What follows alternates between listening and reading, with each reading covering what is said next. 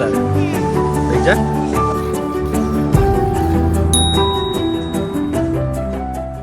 નમસ્કાર મિત્રો, कैसे हो आप लोग? તો મિત્રો કેમ છો બધા? મજામાં ને? તો મિત્રો આશા રાખીએ કે તમે બધા મજામાં હોય, મસ્ત હોય અને સ્વસ્થ હોય. તો મિત્રો ગુડ મોર્નિંગ દોસ્તો. તો આજે અમે આવી ગયા છીએ ધાબા પર અને અમારા ગામમાં તો જોરદાર ઠંડી પડે છે અને અમારા ગામને એક મિની કાશ્મીર પણ કહેવામાં આવે છે, કારણ કે અમે જ્યારે પણ હિંમતનગર, મોડાસા એ આજુબાજુના કોઈ પણ શહેરમાં જતા હોઈએ છીએ ત્યારે જ્યારે પાછા આવીએ છીએ ત્યારે અમારા ગામમાં આવતાની સાથે જ જોરદાર ઠંડી લાગે છે.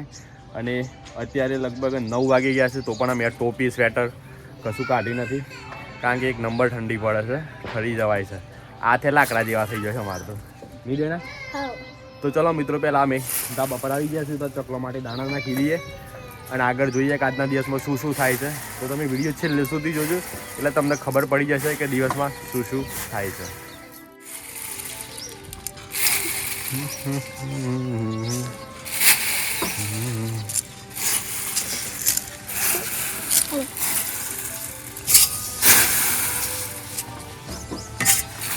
તો મિત્રો અત્યારે વાગી ગયા છે 2 વાગી ગયા. ટાઈમની ખબર જ નથી પડતી, ટાઈમ સમસમ જતો રહે છે. અને જો કે અત્યારે દાઢી કરવાની ઈચ્છા છે. આજ આખી દાઢી કાઢી નાખવાની ઈચ્છા છે, ખાલી મૂછો રાખવાની ઈચ્છા છે, કારણ કે દાઢીમાં પાછું ડેન્ડ્રફ થઈ જતો હોય છે. એટલા માટે હું મહિનામાં એકવાર તો આ દાઢી કાઢી જ નાખું છું આખી. તો ચલો પહેલાં દાઢી કાઢી નાખીને પછી તમને થોડું મારો લુક બતાવું વિધાઉટ દાઢીવાળો. તો મિત્રો દાઢી કરી નાખી છે અને આ મૂછો કેવી લાગે છે તમે કમેન્ટ કરીને જરૂર જણાવજો.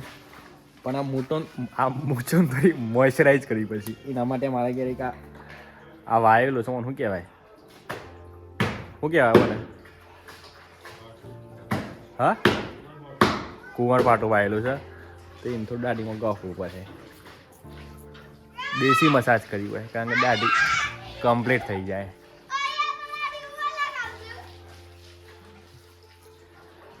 દાઢીમાં બાલ છે પણ માથામાં બાલ જતી રહ્યા છે. બોલો, આમ માથાના બાલ બધા દાઢીમાં ગયા લાગે.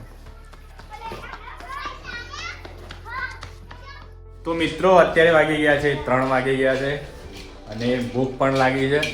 મારા પપ્પા નાસ્તો બનાવી રહ્યા છે. શું બનાવો પપ્પા નાસ્તા? મગફળી તાજા ગરમ મગફળી. બરીજીન મગફળી હતો એ તો 12મી પર તો અંદર ગોરા હે કોંથરા પા. એવું છે.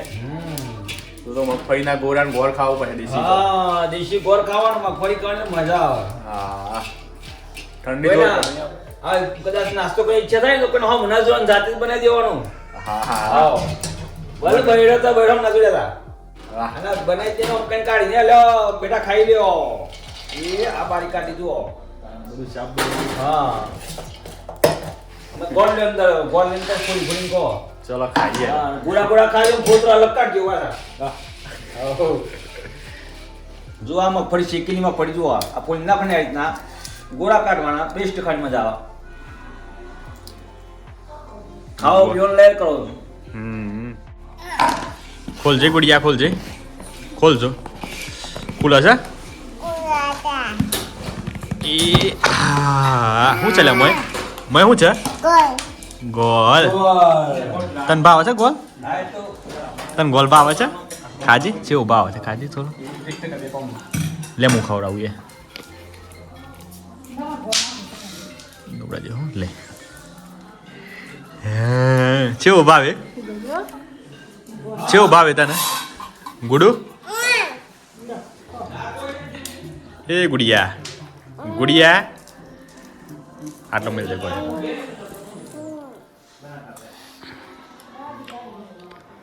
મચ્છડ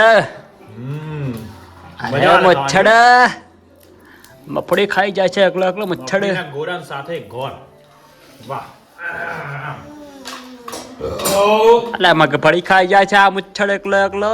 ચણાનો ગોળ જ્યારે પેલું કમળો થયો હોય ને, કમળો પીડ્યો પા. અલે કમળો એ જ પીડ્યો હે. અલે પેરમૂડ થાય ને કમળો કહેવાય. ત્યાર ખાતા હોય છે. આ છોકરી શું ખાય છે? ગુડુ શું ખાય તું? ગુડિયા આ ગોળા ખા ગોળા.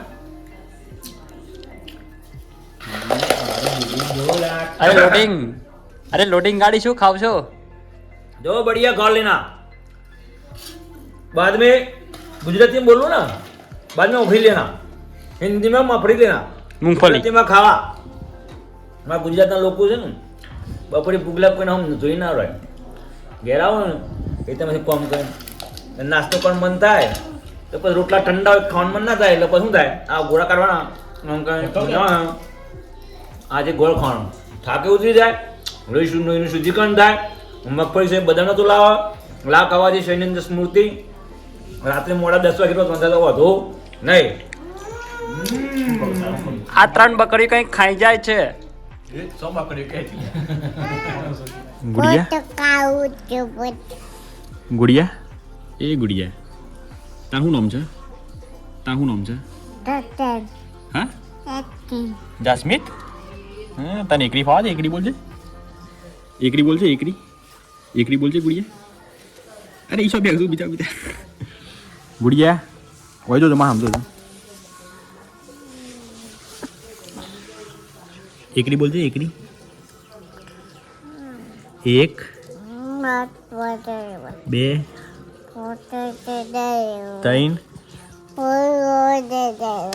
એક 2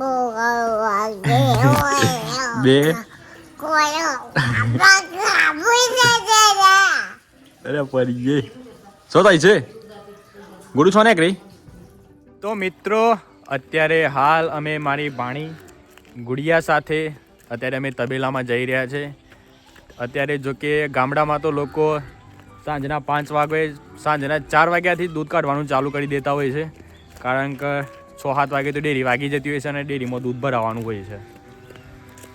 તો અમારું ભોણી હંગાથી અમે નીકળી ગયા છે અને જોઈએ તબેલામાં જઈને કેવું થાય છે. ગુડિયા તાર પાડી જોવાની છે પાડી? હા ગુડિયાને પાડી જોવાની છે. એ ગુડિયા આ રીતે વાહ કે બી એવી જે પપ્પા હો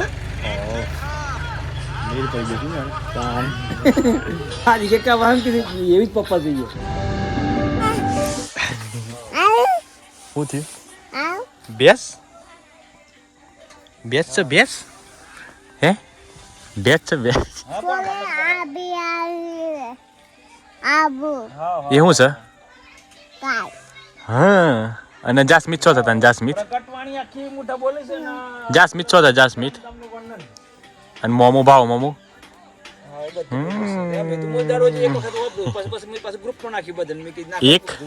એક ઈ શું કર્યું ગ્રુપમાં આવી તું ને શું કર્યું છે આપણા જસુભાઈ ખાના મહુવારા હે શું કરે છે તું? એમના આપણા હાથ ધો સક્રો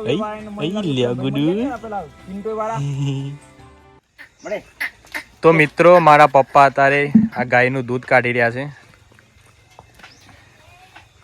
પેલા તો હેલો વાળું ઉપર ગાયનું હા કારણ કે હેલું ના વાળીએ ને તો હાકો ભરીને કીધું હેલું વાળું ઉપર ગાય નહીં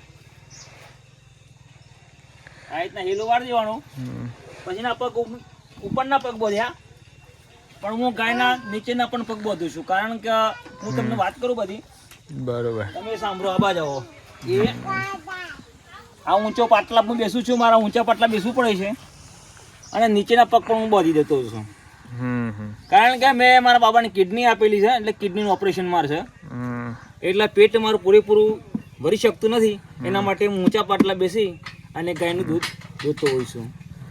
પછી ગાયનું દૂધ કાઢતા પહેલાં અમે ગાયના બાવલાની સફાઈ કરતા હોઈએ છીએ, આ રીતના ડબલામાં પાણી લઈએ છીએ, પછી આ રીતના ઓછર સાફ કરતા હોઈએ છીએ. અમે આ રીતના ઓછર સાફ કરી અને પછી દૂધ ગાય પહોરાય એટલે પછી અમે દૂધ કાઢવાનું શરૂ કરતા હોઈએ છીએ.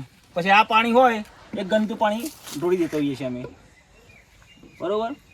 ડોલની અંદર પણ કોઈ કચરો પડ્યો હોય તો એને પણ આ રીતના સાફ કરી દેતા હોય છે, પહેલાં ધોઈ દેતા હોઈએ છીએ અને પછી દૂધ અમે કાઢવાનું શરૂ કરતા હોઈએ છીએ, બરાબર. આજુ આ રીતના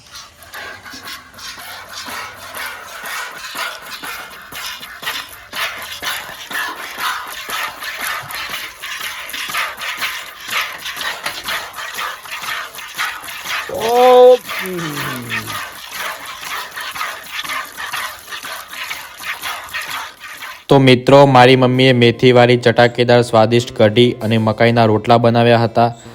તો મેં કઢીમાં રોટલો ચોરીને ખાધો અને બોસ જે ટેસ્ટ લાગ્યો છે ને બાપુ એક નંબર. અને ત્યારબાદ મકાઈનો રોટલો દૂધમાં ચોરીને ખાવાની પણ કંઈક અલગ જ મજા આવે છે. અને પછી મારી મમ્મીએ બાજરીના રોટલા સાથે કઢી ખાધી અને કડકડતી ઠંડી હોવાથી મારા પપ્પા ગોદડામાં મોટું ગાલીને સૂઈ ગયા. તો મિત્રો આજે તો બાજરીનો રોટલો, કઢી અને સાથે મકાઈનો પણ રોટલો હતો. તો ખાવાની બહુ જ મજા આવી. અને અત્યારે તો અમારા ગામમાં બહુ બધી ઠંડી પડી રહી છે. એટલે લોકો સ્વેટર અને બધા ખાઈને તાત્કાલિક ઊંઘી જ જાય છે, કારણ કે જોરદાર ઠંડી પડે છે. ઘણી બરફ પડતો ને એવું લાગે છે. એટલે હું અત્યારે ખાઈને ચાલવા માટે નીકળી ગયો છું અમારી શેરીમાં. તો મિત્રો તમને અમારો વિડીયો કેવો લાગ્યો? સારો લાગ્યો હોય તો લાઈક કરી દેજો, ને સારો ના લાગ્યો હોય તો પણ લાઈક કરી દેજો. અને જો મિત્રો તમે અમારી ચેનલ પર નવા હોય તો ચેનલને સબસ્ક્રાઈબ કરી દેજો. તો ચલો મિત્રો મળીએ નવા વિડીયોમાં. ત્યાં સુધી તમારું ધ્યાન રાખો, તમારા પરિવારનું ધ્યાન રાખો. Bye bye and take care.